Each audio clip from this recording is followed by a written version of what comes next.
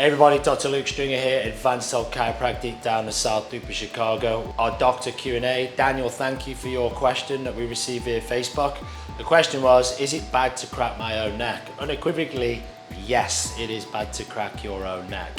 Cracking your neck is a lot different than just pulling and popping a knuckle. There's so much anatomy, particularly vascular anatomy, that you need to obviously be educated on in regards to where it is and what it does and how it functions. If you're just cranking the neck, it might feel good in the moment. It could create damage to arteries in your neck, which can lead to strokes. Might create some ligament damage and or laxity, which is going to create pain and weakness, and overall it's just not a good thing to do. If you're having neck stiffness, pain, discomfort, this is the place that you need to come, so go ahead and book your new patient appointment.